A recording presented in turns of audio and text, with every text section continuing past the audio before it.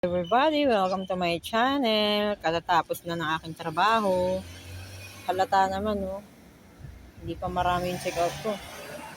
Ngarag-ngarag na ako. Anyway, tumigil ako kasi ang ganda ng design ng langit. Para silang mga anghel na nag-uusap, nag-meeting sila, nakaikot. Dito sa lugar na ito. Kanina, mukha siyang Scorpio ngayon. Ang dami nila. Angel to. Wish ko angel nga yan. Anyway, bago ko ipakita yan, please click like, subscribe, and click notification bell para patuloy nyo masubaybayan ang totoo na yung buhay dito sa Israel. Please watch this. Ayan o, ganda niya. Diba? Alas yung mga anghel na naglilipadan.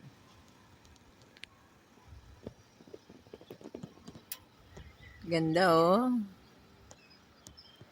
Paikot yan, paikot. Ayan. Mamaya uli. Hindi ko alam, nasisilaw lang ako sa araw. Ganda oh.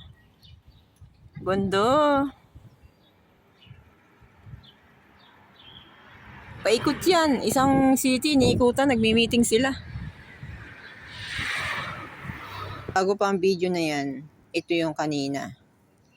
Para siyang Scorpio kanina. Lupit. Ganda niya. Ayan o. Hugis Scorpio may sipit. Pero kakaiba siya. Para nagmi-meeting, nakaikot yung mga angel, nagmi-meeting sa langit. Na malaki, naku po. Kakatakot eh. Para siyang ano ba yung Scorpio? Ito yung ano niya, yung ngipin niya. Ganda niya, pero nakakatakot siya ha. Diba? Meeting ko. Ang ganda ng langit, oh. Lupit. Ganda niya.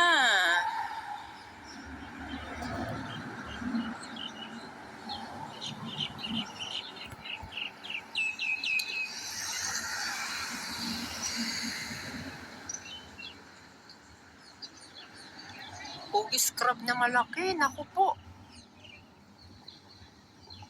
Kakatakot eh. Para siyang ano ba yung Scorpio? Ito yung ano niya, yung ngipin niya. Ganda niya, pero nakakatakot siya ha. Anyway, may iba tayo.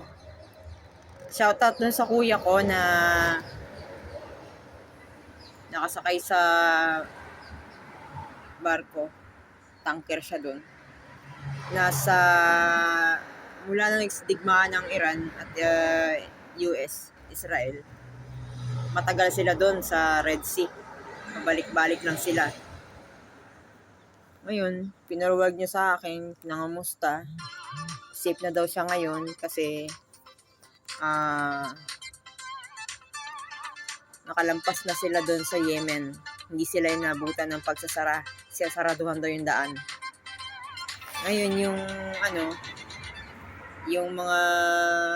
isang barkong nakasunod sa kanila ay binumba daw ng Yemen at 7 Pilipino daw ang namatay. Hindi ko basta nabanggit niya doon sa message. Hinihintay ko yung balita na yun. Kawawa naman sila. Kawawa yung mga barko na nagipit, hindi makalabas. Wala, hindi sila makakatakbo, lalangoy. Mga pirata din ang sa kanila.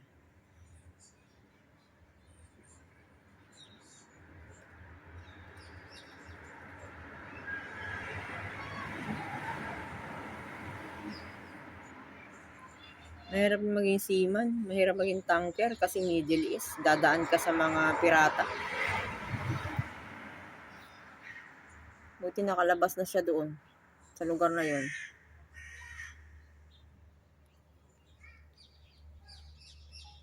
Kaya itong nakita ko na to sa langit na ito.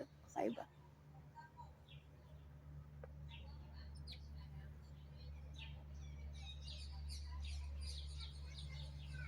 Kakaiba yung ulap. Halos pare-pareho lang ng design. May malaki, may leader, may maliliit din. Pero ang design niya, hugis mga pakpak pero hindi gumagalaw. Nag-prosil lang yan para hindi mahalatang sila yung anghel. Ayan. Ayan. Pansin nyo. Halos pareho lang ng design. Pero may malaki. Ayan o, malaki siya. Yung sumunod, ganon din yung hugis. Tapos yung maliliit, ganon din yung hugis niya. Maliliit. Marami yan, hindi lang yan ang ano. Kasi may nakaharang ng mga bahay. Diba, impossible naman na magkapare-pareho sila ng design. May meaning yan. Mga anghel yan na naka-freeze, hindi nila ginagalaw yung wings nila kasi mapapansin silang anghel. 1, 2, 3, 4, 5, 6, 7. Madami to. 1, 2, 3, 4, 5, 6, 7, 8, 9. 9 angel. Yung nakaikot kanina, yung matindi. Kakaiba talaga siya. Abangan ko nga ito ngayon. Mamaya ko akyat. Tapos yung leader na yan, yung malaking angel na ulap, may cross. Ayan o, cross yan eh. Holy Week na kasi, nasa unahan, may cross siya na lumabas. Pero white siya na, puti. Ayan o, lumalaki na kasi palapit na siya.